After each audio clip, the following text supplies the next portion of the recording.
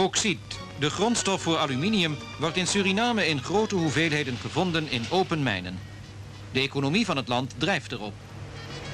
De bauxiet is een kleisoort die van 45 tot 60% aluminiumoxide bevat. Het werd tot dusverre in Suriname alleen van onzuiverheden ontdaan en daarna in grote hoeveelheden verscheept.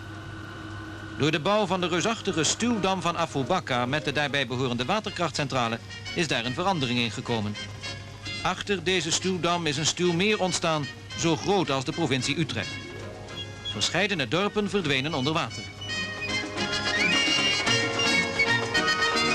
De 6000 bosnegers die het gebied moesten verlaten, zijn nu ten noorden van het meer in houten hutten ondergebracht in een nieuw dorp dat de naam Klaaskreek draagt.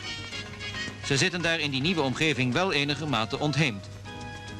Voor hun communicatie maken de bewoners van Klaaskreek onder andere gebruik van het nieuwe meer en vaak varen ze in korjalen met aanhangmotoren tussen de dode bomen van hun vroegere gebied.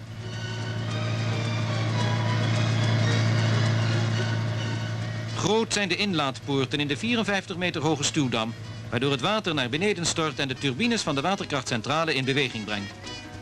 De in deze centrale opgewekte stroom wordt afgevoerd via hoogspanningsmasten in het oerwoud. Die staan opgesteld langs een nieuw uitgegraven 6 meter brede verkeersweg die een onderdeel is van het Brokopondo-plan.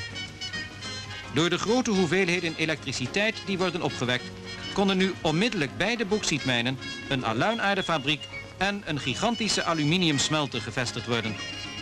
De aluminiumfabriek heeft een capaciteit van 60.000 ton ruw aluminium per jaar, waarvan een belangrijk deel geëxporteerd zal worden naar Europa, omdat Suriname geassocieerd lid is van de Europese Economische Gemeenschap.